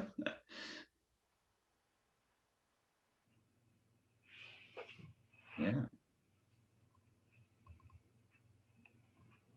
You're right. The water drops are nice on there. Yeah, not sure how they could improve on that one. The lighting is really done well. Okay, whose is this? Is this Annetta's? Ian. Ooh. Ian here today? I thought what better to give a group of people who are hurting a little than some roses for January. Tell us about your picture. How's that, Ralph? Tell us about your picture. It's shot out in the middle of a rose garden in Invercargill. I noticed on just dead center above that middle rose are 2 dots of water on the one petal, which I imagined were tears of a butterfly, which I thought might be maybe part of our feelings for our time at this time. So this is taken outdoors, Ian. This is outdoors in a botanical garden. And so what's the backdrop? Why is it so dark? It's dark mainly because I expose for the flower and leave the background way, way far back. So you don't get up close to anything in the background that shows anything at all in the photograph. You can take a picture that looks just like this in the middle of a bright day if you expose it properly.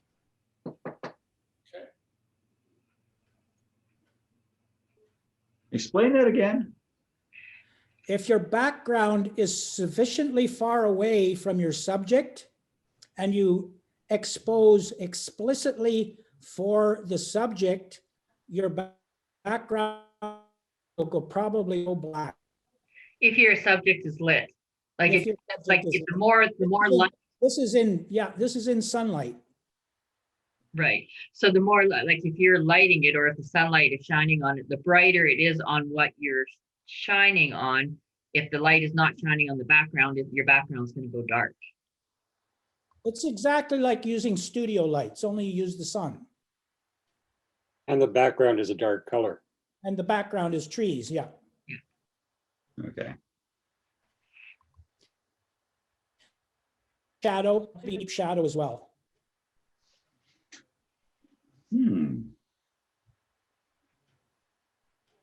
This is a fun picture.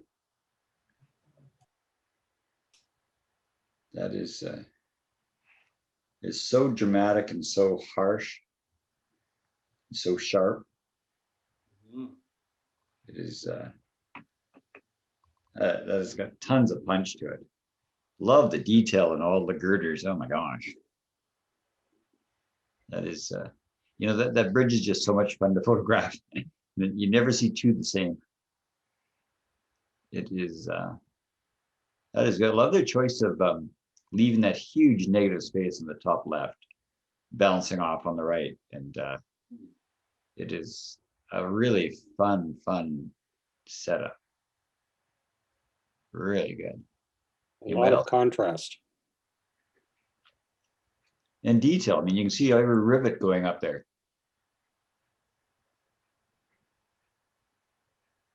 I assume with a tripod too.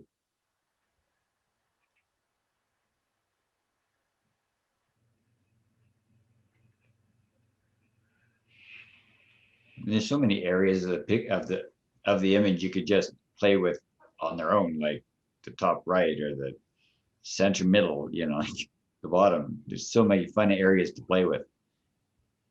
And this is just part of the bridge. That's fun. And the sky turning to gray like that, that's good. Whose image is this? June Creighton. Nice. Tell us about your image, June.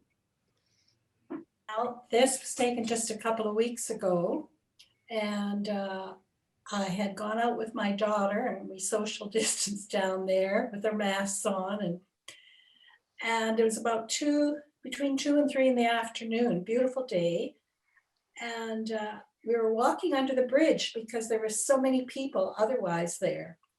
And so we were staying away from them. And I was taking a few shots of the different trestles there, whatever you call them.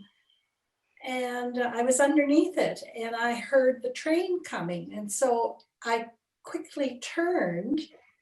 And this is one of those where you have 100 shots or whatever, but it's the one and only one I had a chance at. And I remember framing the bottom part and then panning with the train that was going overhead. The lighting was perfect because it was behind me because I turned away from it. And so that's why it's lighter in the right. And it was in color and I changed it to black and white. It's really, I love your composition. I was just so thrilled. What it reminds me of, my husband used to use the, what do they call it? The crossbow with the arrow. Mhm. And this is what it reminded me of, just that bottom part and the arrow and what kind of grounded at the top. So I was thrilled with it. Did you do it handheld? Yes, it was handheld. I had a lens on that I hadn't used for years. It was a 18 to 55. And I just turned and shot up at it and panned it and got it. You have a steady hand. Not- It was quick. Oh, it's well done. Thank you.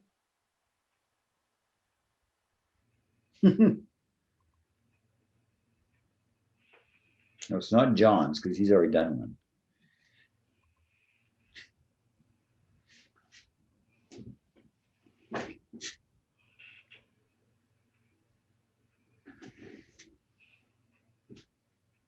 Well, this is another classic car in quotations.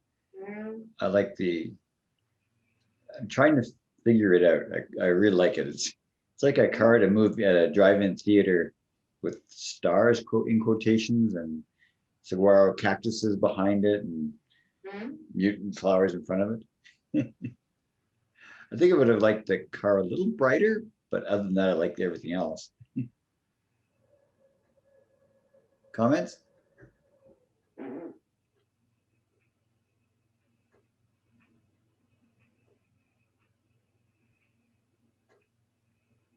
I think it's quite ingenious, just the whole setup of it. The way the roof of the car kind of, it's got that nice dark space behind it. I'm really intrigued by it. Like my eye is just wandering all around, like you say there, Ralph, from the stars, but I keep coming back to that red car, the little flower buds or whatever they are on the left. I really like it. Mm-hmm. I like the little red smudge behind the taillights there too. It looks almost like it's moving. Or exhaust. I just noticed that myself. I thought, was that the exhaust? Tail lights. Yeah. It's interesting because at first I almost thought it was like in a fish tank or something like that. But then I keep thinking, no, there's stars, so it can't be a fish tank. Very different. Whose image is this? Laura Lee. Ah, Laura Lee, tell us about your picture. Well, it's indoors. It's Pace's car that I had to sneak out. And yeah, just succulents in the background. And I've got some sand there that I built a little hill and built a thing for the car to be on. And stole some of Susie's flowers. And the stars are put there. I had trouble I wanted more stars, but then had to kind of compromise because you didn't want something that showed up too much when the cactuses were out of focus. You can't really have the stars in focus, so had to just kind of mute them down. So it's still set up, so I'm still going to be doing a lot of playing around with it because it's something I've wanted to play around with doing for a while. So I just lighting with a flashlight, and that's kind of what I found the hardest is I need the flashlight I had wasn't very good because it was one of those LED ones that has 3 different lights in it kind of thing. So it's not a pen light kind of. I need a good pen light that only shines in one spot to be able to do it. And so yeah, I don't know, took a whole bunch of tries to get this far, and then it was Sunday night, so it was time to quit and take it home and see what I could do with it. How did you do the exhaust or whatever that is? Well, I was fooling around with some atmosphere, that stuff in a can, and I was trying to get more atmosphere, more look like fog, but I guess I caught a little bit of it there. It wasn't really working. I really need like I don't know. don't know what I need for sure. I got to watch some more videos. There's this guy that does this kind of stuff and he does amazing work. But to me, a fog machine would put out too much fog. At least the one that I did was put out a whole lot of fog. So it would be hard to control it. But I think I must have gotten a little bit back there and then I did tint it the red color. No, it looks like a fun project. Do you remember that guy's name that you're referring to? No, I've been trying. I'm so bad with that. I'll watch them online and then I try to look them up and I can't remember what it is. I can see it's like a Mexican name, I think, but I can't. I tried finding him and I couldn't find it, but I'll let you know if I do find it. Okay. Yeah. Good image. Lots of fun. And we have one more. The last one.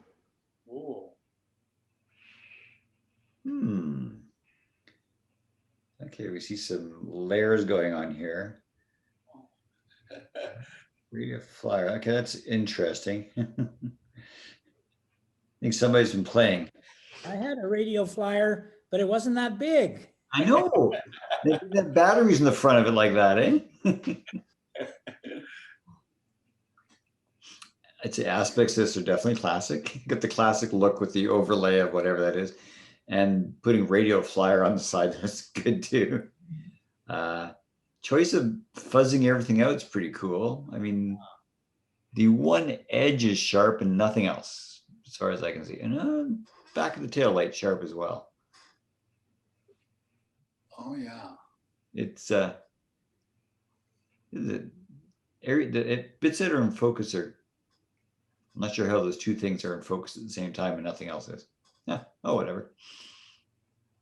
It's like somebody's had a good little project going on here. Find myself just looking around and around and around, wondering, what is this and how'd they do this?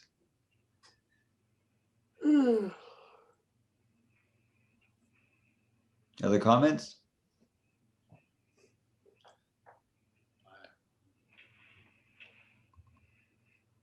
Whose image is it? Trevor Miller. Hello. Hello, Trevor. Tell us about your image. So this is actually a red trailer with radio flyer on it that I found in an alley near me. Really? And yeah, so somebody was having fun with their little utility trailer. And then, you know, it wasn't classic enough to me. And classic to me can mean nostalgia, which is never true to life. It's kind of fuzzy with age and memory and whatnot. So I call it faux memory. And I just threw some wet plate filters on it and some other junk like that. And there we go. Well done. It's a bit of a project. Looks like fun. Looks like the guy had fun making it too. Probably. I actually have my wife's got a radio flyer wagon in our garage. Just sits there. I put my cycling shoes in it. I like the tires leaning against the wall at the back. It really kind of helps hold you in. You look over there, you look along, and makes this progression of the story. You never know what you're going to find when you go down the alleys. Well, there was a couch blowing down 20th Avenue the other day. It's in the church parking lot, apparently. So that's the last one, Doug? That's the last one. Wow, there's some really good ones. That was fun. And people were wondering, what do you do with classic? Yeah, I was surprised at how many we had when we had such a question about what we should do with it. Yeah. Denise, do you have your show ready to go? What time is it? It's just after 9. Yeah, I do. It's not too long, you said, right? Yeah, it's just 6 minutes. Is that too long? Sure, that's the only thing we've got left, so we might as well do it. And since we've got it planned, for sure. Let me see if I can do this. And make sure you turn that sound on when you get. Yeah. Screen. Okay.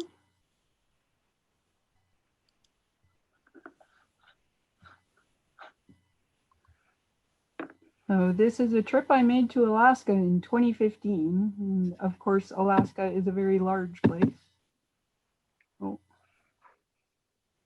So I was able to go to the Kenai Peninsula, and then I spent about 5 days there, just kind of touring around. And then I went to Denali National Park and did some hiking there. And this was just kind of at the beginning of the fall colors coming on. So here we go.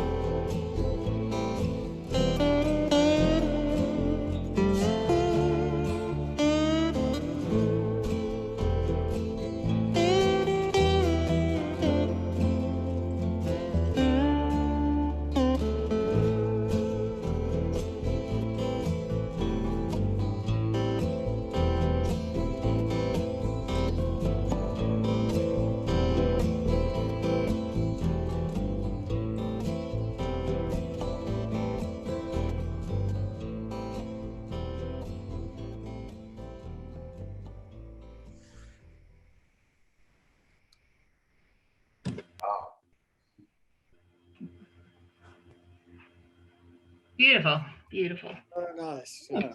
Well done, Denise. Hey, Denise, I hope you have a bunch of those on your wall. Actually, I had, and I covered them all up with something else already. That was a long time ago. They're amazing images. Yeah, pretty nice. Amazing place to go for sure. I'd love to go back. On my list now. Looks good. When we can travel again. Yeah. Yeah, yeah. I guess I found that guy, so I'm just going to maybe. Denise, most of your images were taken off of from the buses that they provide, is that correct? It's about 50-50. I spent a lot of time hiking there as well. Okay, so but to do that, you get off the bus and then hike? Yeah, you have to use the bus. That's the only way through the park. Either that or your bicycle. So. Okay, that and did you feel safe hiking? Well, like once the bus takes off, you're kind of in the middle of nowhere. Yeah, you're totally on your own for sure. Most of the hikes that I did, I went with the Park Service sets up like daily hikes throughout the park. Okay. And so there was always a group of us, and we were always with a park ranger, and they're armed with their bear spray and all that, because you can't take that on a plane to get it there. So. Oh, okay. Okay. But the bears have a different attitude in the park. The park goes a really, really long way to make humans just another thing on the landscape. Okay. And Denali National Park is enormous. It's, I don't know, 6 million acres or something. So these bears, they're not scared of you. So when you encounter them, they don't get alarmed. They don't run away. They're not, like there's no fright in them. Okay. So the encounter is a whole lot different than it is around here. Okay. You also had some really good images of Denali itself. Yeah. So how long were you there? Because I've heard lots of people go there and never see it. I almost missed it. I was there for 5 days, and as I was driving back to Anchorage, there is the first 10 miles of the road you can travel with your own car. So, and there is 1 or 2 vantage points where you can, if Denali is out that day, you can see it from there. Okay. So those 2 images that you saw, I took with my 400 millimeter lens. Okay. And I'm at mile 10 on the road, and Denali's at mile 92. So they're real long way away. Yeah. There was also just one that really stuck out to me. It almost looked like a river, but it was actually a road with dust. It had like a silver line coming. Right. Do you know the one I'm thinking of? It's a black and white. Yes. So did you do a work on that to get that to look like that, or was that similar to what you saw? Well, I took it in color, but the colors that day were like the mountain and the sky because of the cloud cover. It was really blue, and then the grass was really kind of almost shadowed and a little grayish.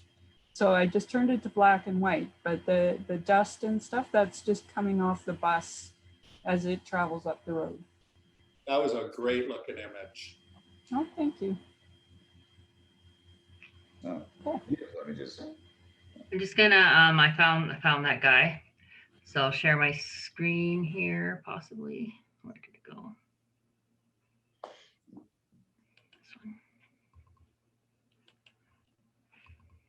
So it's up here, Hernandez Dreamography. You'll find it. And like this one is totally cool. Yeah, I like my picture looks pretty Mickey Mouse. I shouldn't show you as compared to, his. So yeah, he does really cool stuff. He's done, let's see, this one's pretty cool, I think. Oh, wow. Wow. So his model, the models he's using are just fabulously real. Yeah, yeah. So sorry, I only caught the beginning. It's Hernandez Dreamography. Is that what it says? Or Yeah, let's go back here. It's right up here. Hernandez Dream. So his website is, I did type it into the comments, or not the website, but the website's right here if you want his website instead of Facebook, but. Okay, good. Hernandez Dream, but so it's not photography, it's just photography. Right. I find there's one, well, there's more than one that he's done with airplanes and stuff. This one, I was just looking quickly, and this thing that he built is like all out of big pieces of styrofoam. So this is actually fairly big, like the top of a table size. And he cut all these pieces of styrofoam and shaped that and painted it. And it's pretty cool. And then, yeah, like this one, I've seen this one, this right here, is not the, doesn't show the behind the scenes for it, but I know I've seen it where he's had the, wires hanging the plane down and stuff. It's pretty cool. Wow. Yeah, his looks so real. Very cool. Wow. So that's my, that's my goal someday. If I leave it set up for a few years, maybe I can do something. Yeah, there's pretty cool. There he is playing with his toys. Yeah. Yeah. Wow.